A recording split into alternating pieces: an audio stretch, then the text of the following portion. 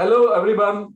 Today on Policy Talk, we have a very interesting guest, somebody I've known for quite some time, a CEO, social entrepreneur, catalyst for ideas in many ways, also a UNICEF representative, and runs an organization called GAME, which is very actively engaged in ease of doing business and again promoting youth entrepreneurship.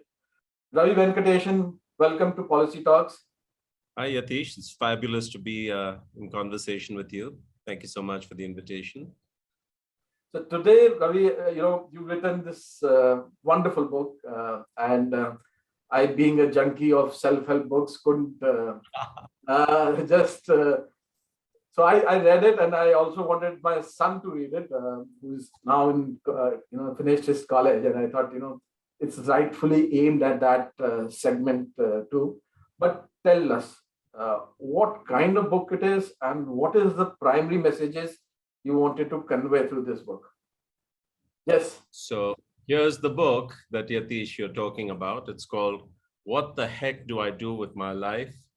And the subtitle, which is smaller, says How to Flourish in Turbulent Times, which is the kind of period we're living through. So you said, what kind of a book is it? I'd like to think of it as a book about personal leadership. If you were walking into a physical bookstore, well, right now you'll find it's doing very well, so you'll find it right near the door. But after a year or so, you may find it in the self-help section. But you'll also find a copy in the leadership section, I hope. Mm-hmm. So yeah, the sort of central message here is we're living in a period of extraordinary change. The world will change more in the 21st century than all of human history. And the reason there's a dinosaur on the cover is because when there's a period of such sudden and extreme change, many species fail to adapt. And what happens is those who do manage to flourish and those who don't adapt perish, like the poor old dinosaur. And so this period of extreme... I think the dinosaur didn't have a chance, there was no way it could have survived that environment. Way too fast. But the good news from that extinction was that mammals became dominant, and otherwise we wouldn't be there. I'm not sure whether the planet considers it good news. But the point is, this period is extremely challenging for a lot of people.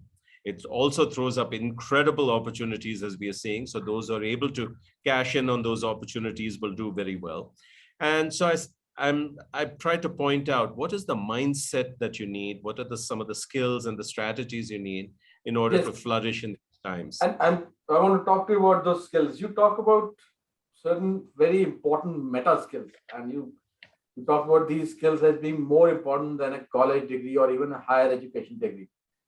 And interestingly, most of these skills that you point out are, you say in your book, makes us more human, like better social and leadership skill, creativity and complex problem solving skills.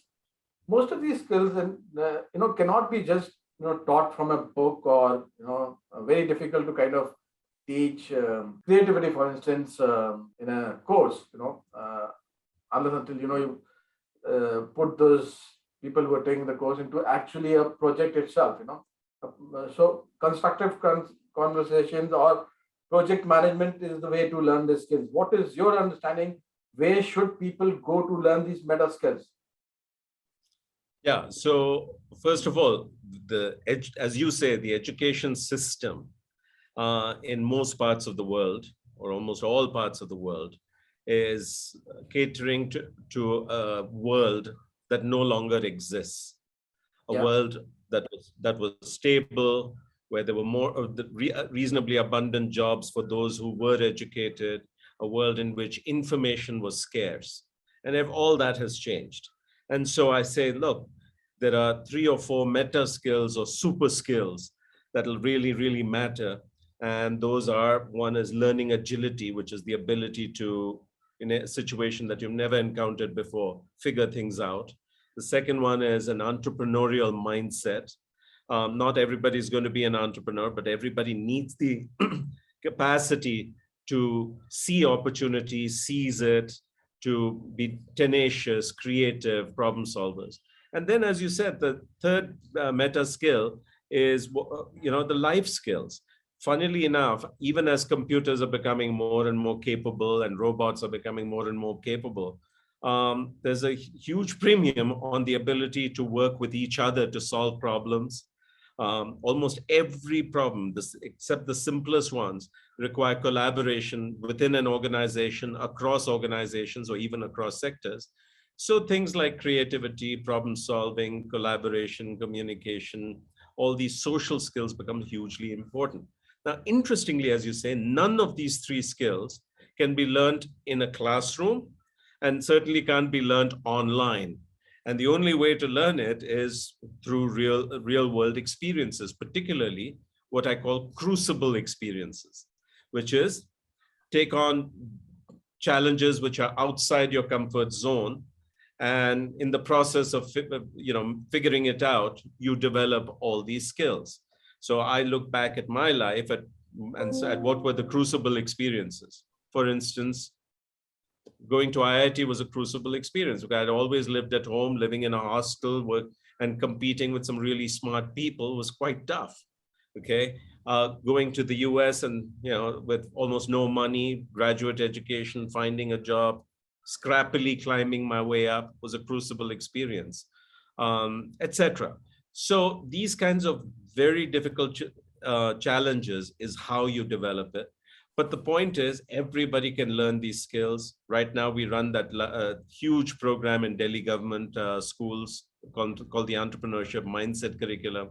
And we've seen millions, 2 million kids having gone through the program and learned it experientially. So it's very doable. That's the good news. So the Crucible is what students should search out for if they don't find it anymore. Not just students. This is lifelong, Yatish. Yes, like what you're doing right now, to me, sounds like a crucible experience with your institute, right? And so I think that's the point. It's not something you do only as a student. You do this lifelong. Every few years, if you look at my own life, every 7 years on average, I've taken on a completely new challenge. And that's how we reinvent ourselves. The 7-year-old age, so applies to skills too. Good. So, moving on from skills and meta skills, there's one interesting part which, caught my attention in your book, is the crucial issue of longer lifespan. And you say something very interesting, and I wanted to quote that. You say that to retire at 60 and spend the next 30 years vacationing will be boring and unhealthy. Oh, this is such a true statement in so many ways. I see my parents' generation, which retired in their 50s or 60s, and next 20, 25, 30 years has been tough one for them because they've found it increasingly difficult to get engaged or get immersed into their second profession. And I see it very often happening with even people not in my batch, but a couple of batches senior to me, that suddenly they are work free, but they're not income free. They still have sources of income. So there's no clear reason for them to work. But even if they do want to work, it's not very easy for them to find work. True. And that is one class. And you have certain advice for them, which I would like you to recount again. And there is a second class, which is of people who are, whose desires for basic needs are being met through income. And this is a younger generation. And they, again, don't have any desire and ambition, especially in the metros, you see multiple families. What is your advice for both these segments? Yeah, look, it turns out that work is profoundly important for our well-being. Okay, and I think to just focus on the income part of work trivializes it. Good work, and I'm sure you will appreciate this from your own personal experience, provides so many other things. For instance, identity. So if I say, oh, who are you? Or somebody asks me, who are you? I'll often or very quickly sort of talk about what I do. I'm a journalist, I'm a writer, I'm an entrepreneur, I'm a so and so. So identity is something that comes. You get from through work, you find your community. Through work, you learn new things.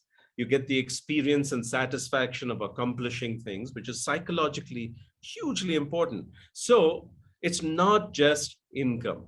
So what happens when you retire, if you even if you financially are secure, is how are you going to get all those other things? Okay, how are you going to find your community? How are you going to find meaning, purpose, uh, etc.?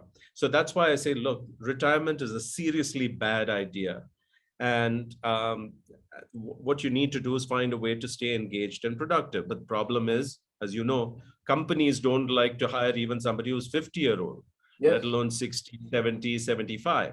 So that's one issue. And the second one is that knowledge is changing very, very quickly. And so you can be obsolete in 5 years. So you have to stay abreast from a skills and knowledge perspective.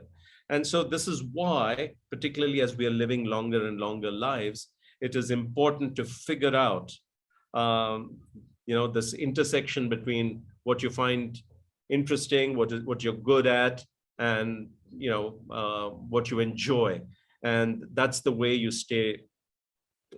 You know, You have managed to like- do that quite successively, not only change industries, but also manage to be relevant in doing new things. I mean, UNICEF, the new chairmanship that you are taking on in the energy field. yeah. What do you think was the key there? Was it the network, or was it the continuous effort, or knowledge? Beautiful question. So, because while whatever the number of transitions I've made sounds unusual today, I think it's going to be the norm a decade Yes, from today. absolutely. I completely agree with And that. And the key is what I call in chapter 1, the intangible assets. We always think about tangible assets like your savings, your house, and all that. But the intangible assets, which is your networks, your reputation, your professional reputation, your expertise, your health, your family and close relationships, these are crucial. And these are crucial, Yatish, because as we have shocks like the pandemic, Yeah. they are what cushion you. And number two, these are what make you portable. So I can go from making diesel engines to software to Bank of Baroda to UNICEF to being a social entrepreneur with game to tomorrow the energy field reasonably seamlessly, because I have cultivated these assets very consciously. So this is one of the things that I highly, highly recommend to people. Think about your intangible assets at least as much as you cultivate your tangible assets. Yeah. And you often mention this part again and again in your book about basically the half-life of skills and how that is shrinking, 5 years, 7 years, 3 years. And now I've also written a lot about the fact that Yeah. that these skills are becoming, how quickly are we becoming obsolete in this world? And to prevent that, what do we need to do? Because one of the things is that you keep learning new skills, but the way you learn skills is also changing. I mean, for instance, the ability for memorizing or remembering things and is no longer so important because everything is available at the tap of a button, or even not at a tap, but you can say it in your Google or a Siri what Yeah. what are you looking for. So the now memory is in some sense the primary skill which we look for in say judging ability. We judge ability of people based on their how they did in exams, tests, including the bureaucracy is judged based on a test or exam that they passed, and given responsibilities, so on and so forth. Of course, this whole concept is being questioned in various ways, that is it sufficient to know and not know how to do it?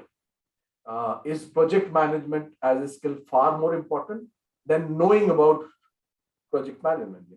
Is engineering skill engineering knowledge important, or actually having constructed engineering projects important?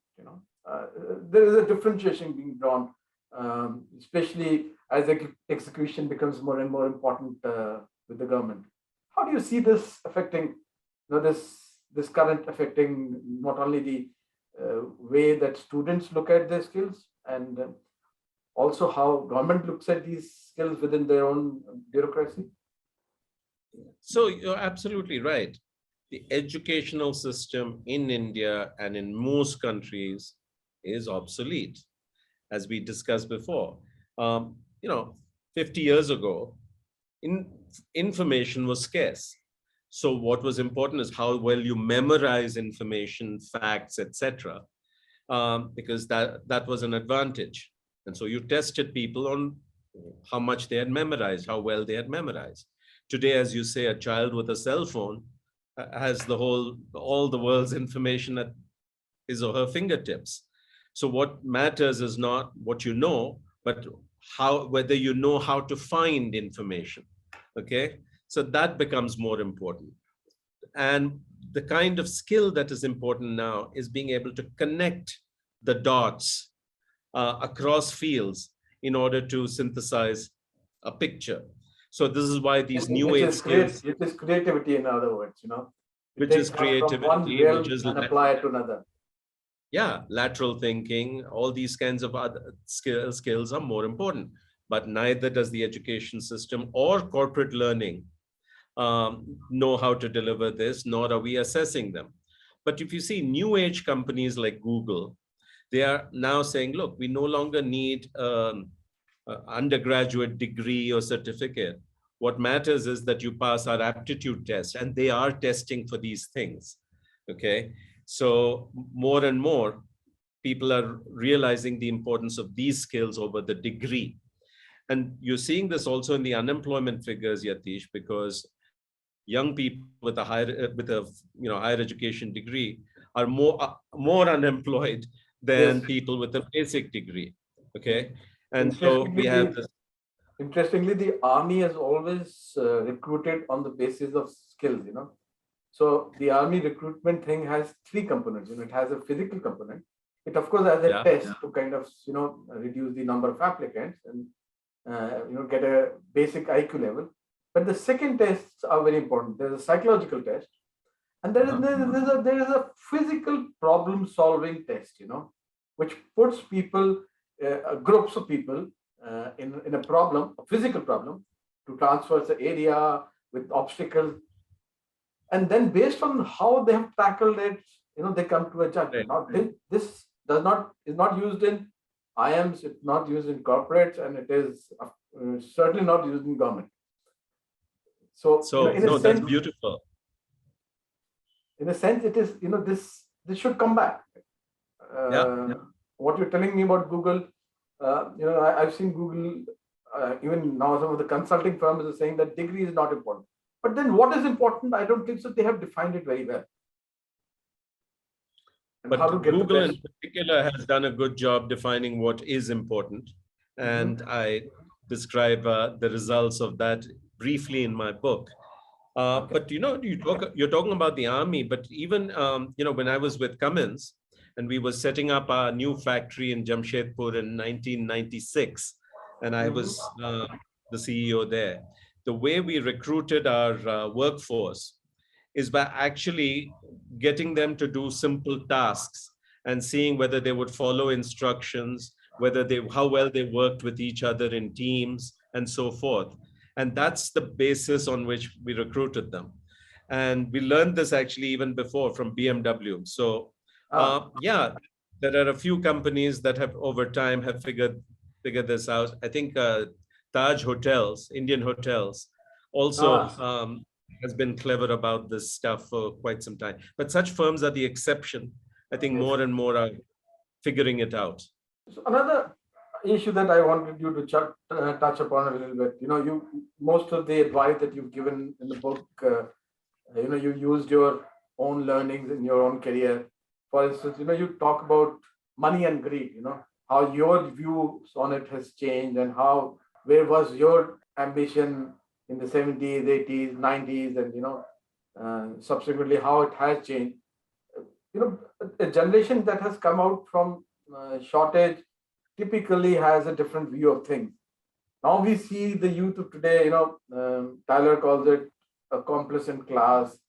I call it the age of excess. It's very different. Do you see an overall change in the both the ambition and the desire to earn money in the new generation too?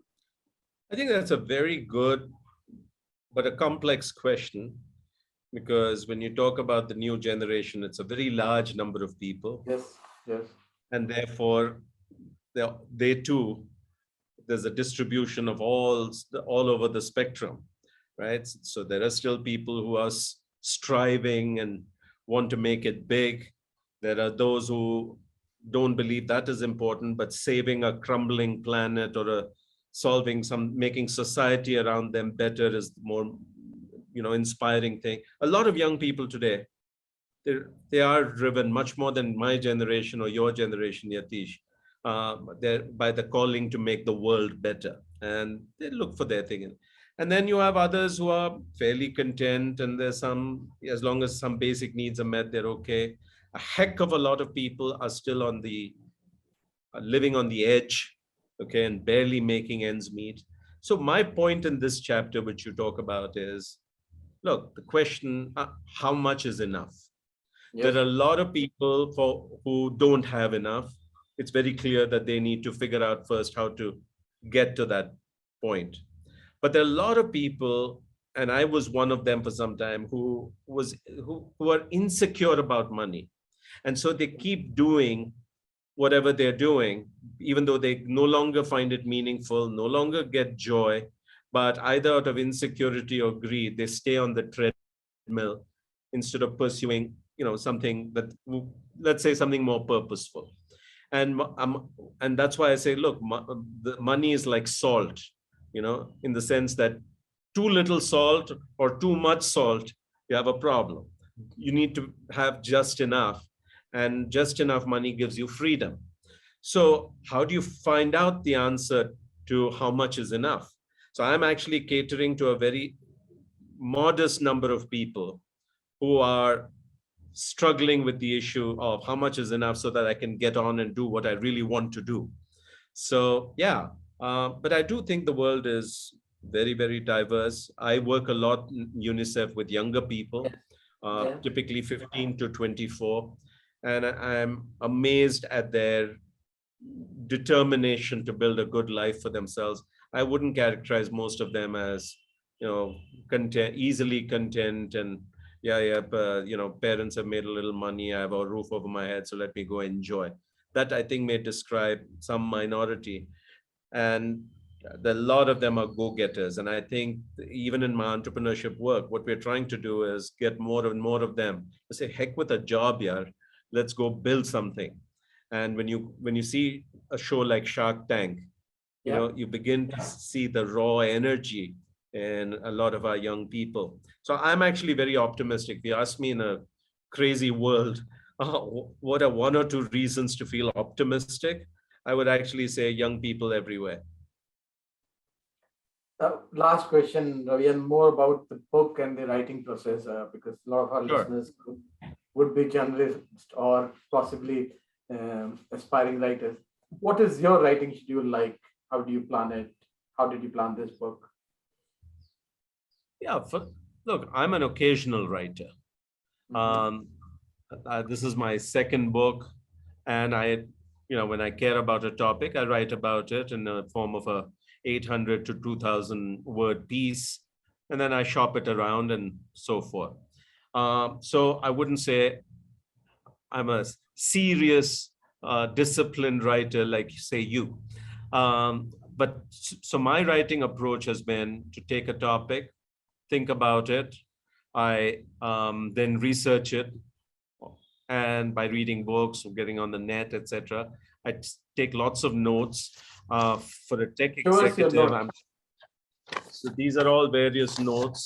Okay, so I still use, interestingly, people like Bill Gates, they still don't use technology. They still use these things. And I'm sort of that school. I put it on lots of pieces of paper. And then what I do is try to go away. I go away somewhere and try and get into a flow. And when I get into that flow after 2 or 3 days of decompressing, I'm able to be enormously productive. So in my last book, for instance, luckily I got a Rockefeller scholarship to go writing and stay in Italy in their Bellagio Center. And I wrote one perfect chapter every day. I would get up in the morning, Wow. start writing at 8 a.m. And by 4 p.m., I would have a near perfect chapter. It was like the universe was dictating and I was simply typing. Okay. Wow. And so I came away with a nearly perfect book. This book also, I went away because of COVID. I couldn't go far away, but I ended up renting a place on the outskirts of Bangalore, which is very quiet, very rural, but which has a lovely restaurant nearby. And I did a lot of my writing starting by 8 a.m. every morning and through the day. So yeah, I try and get into a zone where I'm productive. Interesting. And what advice do you have for promoting a book and choosing a publisher? Yeah, that's a really practical and good question. My first publisher was Harvard Business Review, and that's because it was a serious business book. And so I wanted a publisher who focused on business books and catered to that space. This time I wanted reach. I wanted to reach as many people as possible. So after some discussions, I picked Rupa because they have a very wide distribution. What I've realized, Yatish, is that the economics of publishing have really changed over the decade. Yes. And they don't make a lot of money on these books except the occasional hit like Amish Tripathi or something like that. And so most of them actually don't do a lot. And so I would tell every author, the two young first-time authors, writing a good book is 10% of the job. Going out and talking about it is 90% of the job, which is what we are doing today. The other thing is the reading habit has really declined. Yes. Very, very few people read books or buy books and go through them. So the book is mostly for organizing your own thoughts and having a calling card like this. The rest of it, you have to get out in the form of podcasts, conversations, talks, videos, etc., because the world is consuming information today in a very, very different way. And so the book is only the starting point.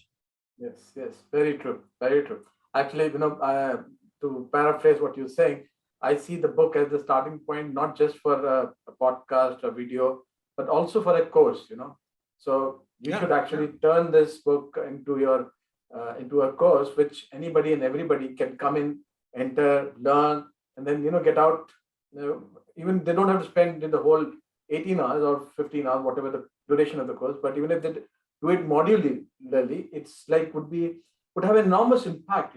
Because I feel this book particularly compared to the last book is rightfully geared for a course.